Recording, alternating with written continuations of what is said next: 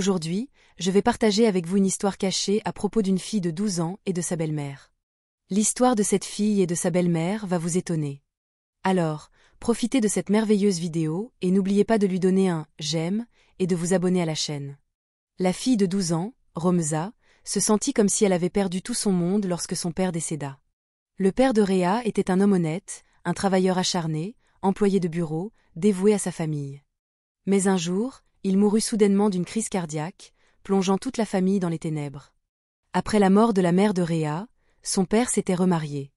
Sa belle-mère, Selma Appa, était une femme au grand cœur, toujours très attentionnée envers Risa. Cependant, après la mort de son père, leur foyer se retrouva confronté à une grande difficulté financière. Les économies qu'ils avaient été dépensées pour ses traitements médicaux. Il devint presque impossible pour Selma Appa de couvrir les dépenses du foyer et de continuer à payer l'éducation de Raza. Romza comprenait les luttes de sa belle-mère. Un jour, elle lui dit « Maman, tu n'as pas besoin de travailler, je ferai quelque chose pour t'aider. » En entendant ces mots, les yeux de Selma Appa se remplirent de larmes. Elle répondit « Tu es encore une enfant, comment pourrais-tu travailler? Tu dois te concentrer sur la construction de ton avenir d'abord. » Cependant, Réa était déterminée. Malgré son jeune âge, elle possédait un incroyable sens de la confiance en elle. Elle était prête à tout pour sauver sa famille. Selma Appa essaya de gérer le foyer patiemment pendant quelques jours encore, mais leur pauvreté ne cessait de s'aggraver. Chaque jour, Romza pensait à comment elle pourrait aider sa belle-mère, mais à son âge, trouver du travail était pratiquement impossible, et personne ne la prenait au sérieux. Malgré cela, Réa n'a jamais perdu sa détermination. Réa était déterminée à tenir la promesse qu'elle avait faite à sa belle-mère. Cependant, trouver du travail à seulement 12 ans n'était pas une tâche facile.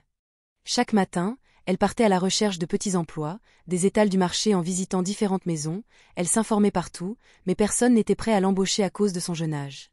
Après la mort de son père, son lieu de travail avait versé à leur famille 2 lakhs de roupies comme compensation. Cet argent était la seule chose qui les soutenait pour le moment, mais Réa savait que cela ne durerait pas éternellement. Selma Appa passait ses journées perdues dans l'inquiétude concernant l'argent. Elle était douloureusement consciente qu'il n'avait personne sur qui compter. Les proches qui avaient montré de la sympathie au début s'étaient progressivement éloignés, tournant le dos à la famille lorsqu'ils avaient le plus besoin d'aide. Un soir, Ruma alla voir Selma Appa et dit « Maman, je sais combien tu luttes, mais je te promets que je trouverai une solution. » Selma Appa sourit doucement et répondit « Si tu te concentres sur tes études, ce sera suffisant pour moi. » Dans son cœur, Réa résolut de poursuivre son éducation tout en cherchant un moyen de partager les responsabilités du foyer. Elle savait que sa belle-mère faisait de nombreux sacrifices pour elle, mais gérer tout cela seule devenait impossible. Au fur et à mesure que le temps passait, l'argent qu'ils avaient commença à s'épuiser. Selma Appa réalisa qu'elle devait trouver un travail pour soutenir l'éducation de Réa et gérer les dépenses du foyer. Elle était prête à accepter n'importe quel travail, mais trouver un emploi dans de telles circonstances était déjà un défi de taille.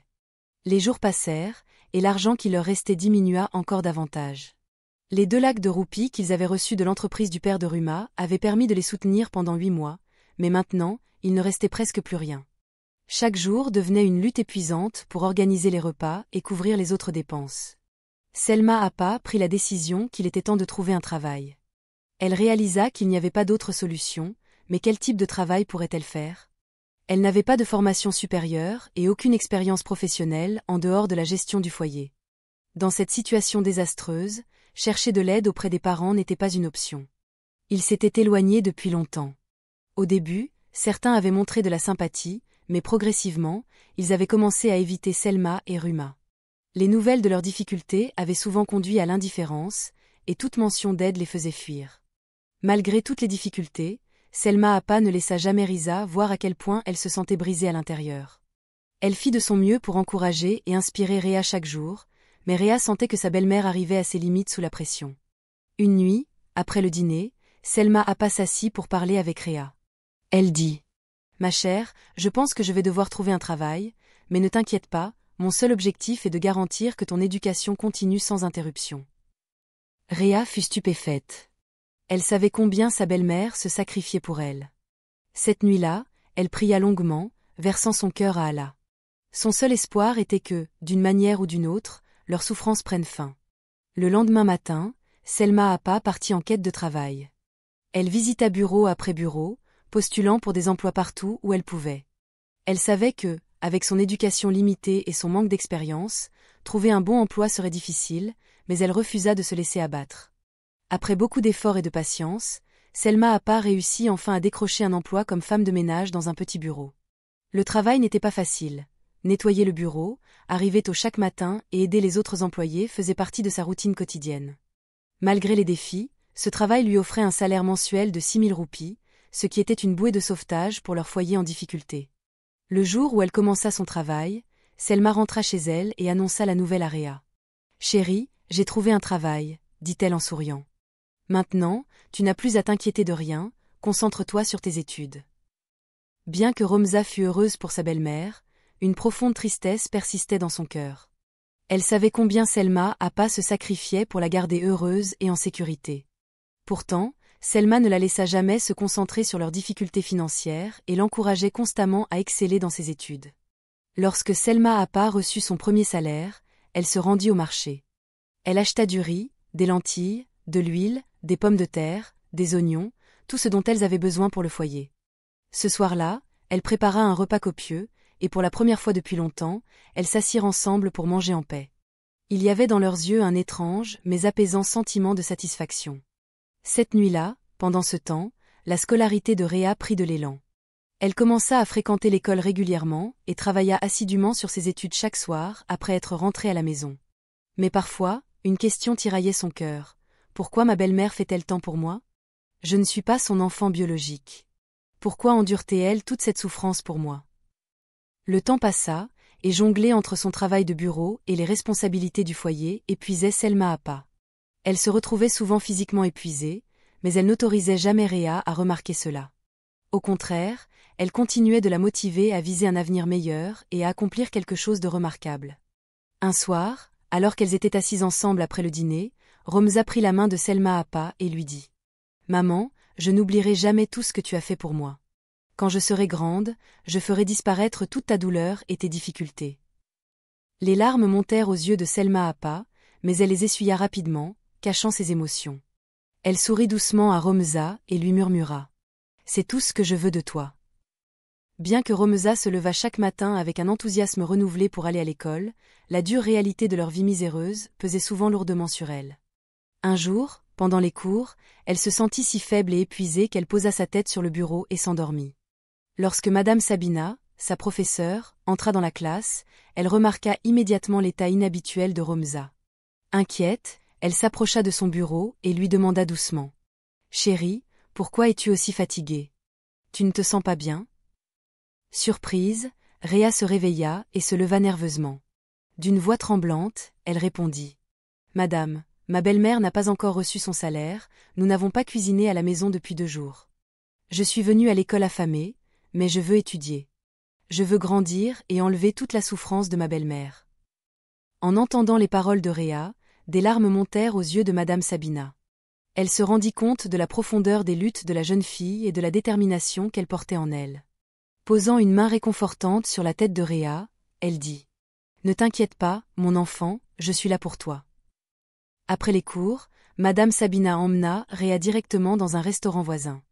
Là, elle lui offrit un repas copieux et s'assura que Romza mangea à sa faim, lui offrant des sucreries, des fruits et des boissons pour apaiser sa faim. Après cela, Madame Sabina alla au marché et acheta tous les produits essentiels.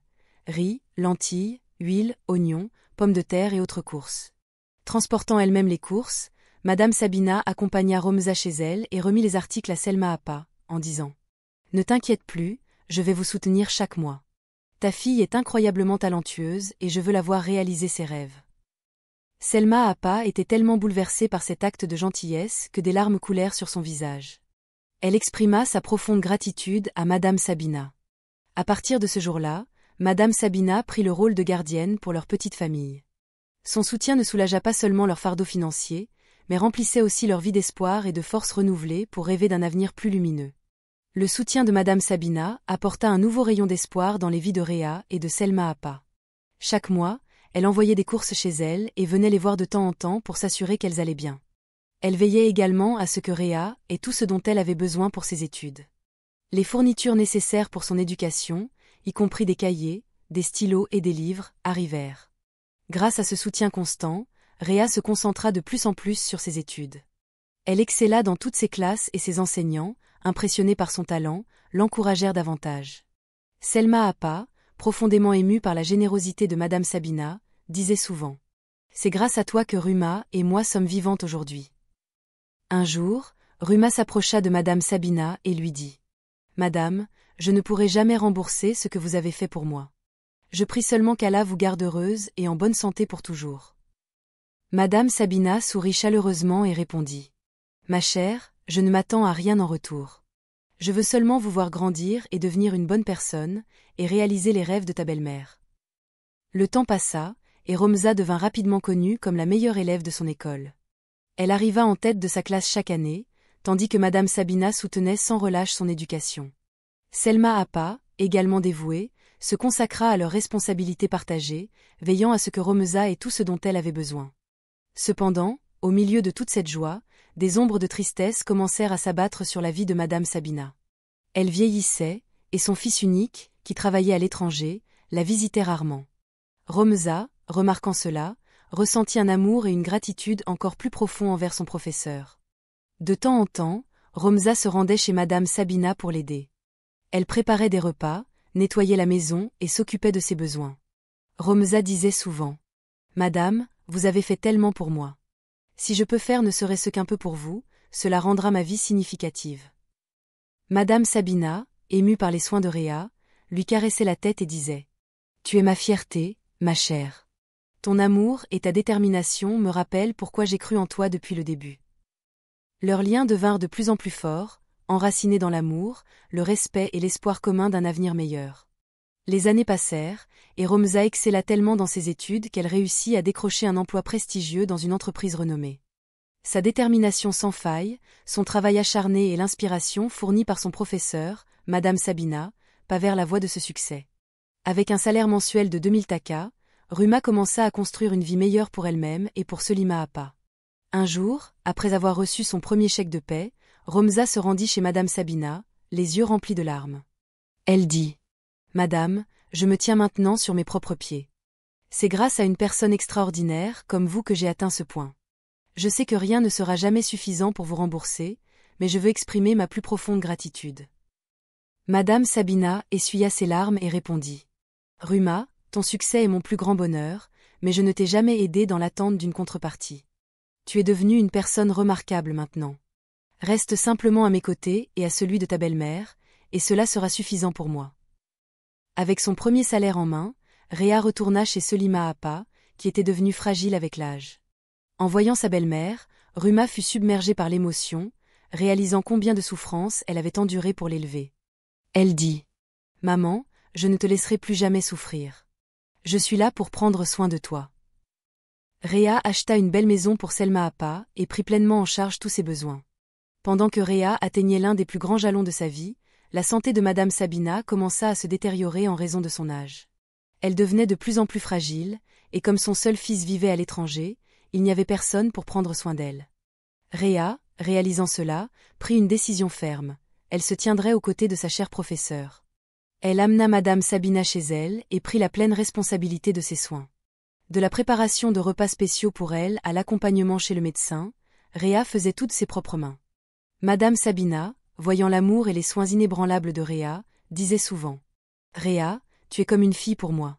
Tu as prouvé que la compassion et la gratitude peuvent changer des vies. » Les actions de Réa reflétaient non seulement sa gratitude, mais aussi sa conviction de rendre ce qui lui avait été donné.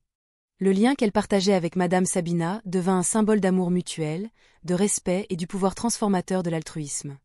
Tandis que Réa prenait soin de Madame Sabina avec une dévotion totale et que Selma Appa profitait des fruits du succès de sa fille, les souvenirs de leurs jours difficiles refirent surface. Selma Appa réfléchissait souvent à l'importance d'exprimer sa gratitude envers ceux qui avaient joué un rôle essentiel dans la vie de Réa. Un jour, Selma Appa s'assit avec Romza et dit « Ma chère, ta gentillesse et ton courage m'ont montré que l'amour et la gratitude peuvent vraiment changer le cours des vies. La vie s'est déroulée de manière si belle et cela m'apporte une joie immense, mais ceux qui ont étendu leur amour et leur soutien pendant vos moments les plus difficiles ne doivent jamais être oubliés. J'ai une proposition pour toi. » Réa fut un peu surprise et demanda « Quelle proposition, maman ?» Selma Appa responded. Madame Sabina a été la plus grande contributrice à ton succès. Pour lui montrer notre gratitude, je souhaite que tu épouses son fils.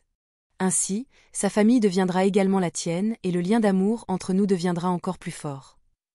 Pendant un instant, Rhea resta silencieuse. La proposition lui semblait inattendue, mais elle comprit qu'il s'agissait d'une manière significative d'exprimer son respect et son amour pour Madame Sabina. La perspective de la société sur les filles est souvent injuste.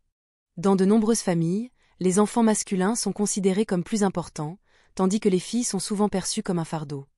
Cette mentalité persiste depuis des générations, où la naissance d'une fille est vue dans certaines familles comme un événement indésirable. Cependant, il est essentiel de comprendre à quel point cette pensée est erronée. La signification des filles et leur rôle dans la famille n'est jamais inférieur à celui des fils. Dans de nombreux cas, les filles ne se contentent pas de contribuer à leur famille, mais jouent également un rôle essentiel dans la société. Rhea, par exemple, donna un exemple inspirant à travers ses luttes. Avec le soutien de sa belle-mère et de son enseignante, elle apprit qu'une fille a autant de valeur qu'un fils et qu'elle peut jouer un rôle tout aussi significatif dans sa famille. Les filles sont souvent sous-estimées en matière de prospérité économique, de bonheur ou de succès, mais la réalité est que les filles possèdent la détermination et l'état d'esprit nécessaires pour apporter la paix, le bonheur et la prospérité à leur famille. Les filles ne se contentent pas de servir les membres de leur famille, elles résolvent aussi les problèmes familiaux. Leur patience, leur compassion et leur sincérité maintiennent la famille unie.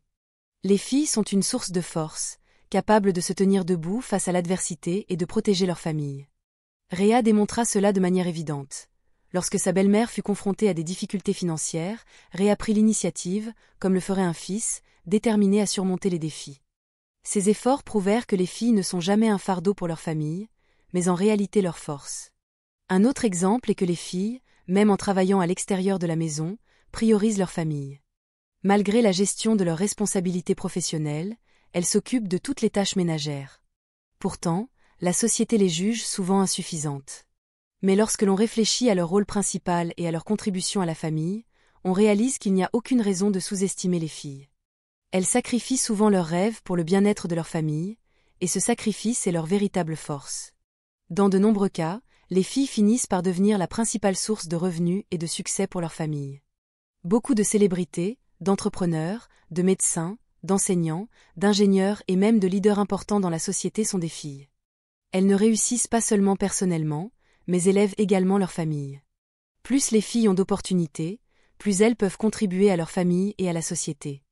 Les pressions, les stéréotypes et les croyances dépassées qui leur sont imposées doivent être changées. En donnant plus de pouvoir aux filles, nous pouvons garantir un avenir plus lumineux et prospère pour les familles et la société dans son ensemble.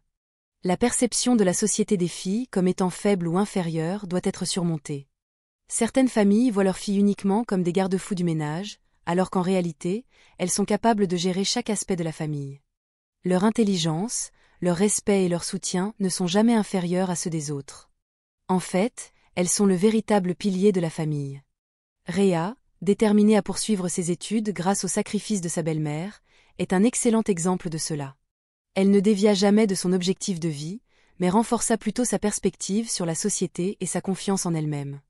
Elle comprit que lorsqu'une fille apprend et travaille dur dans la vie, elle ne profite pas seulement à elle-même, mais contribue également au bien-être de toute sa famille et de la société. D'autre part, dans de nombreuses familles, lorsque les filles s'efforcent de s'établir dans la société, elles ne reçoivent pas de soutien de leur famille. On leur dit « Tu es une fille, ton rôle est de gérer les tâches ménagères. » Et leurs rêves et carrières sont dénigrés.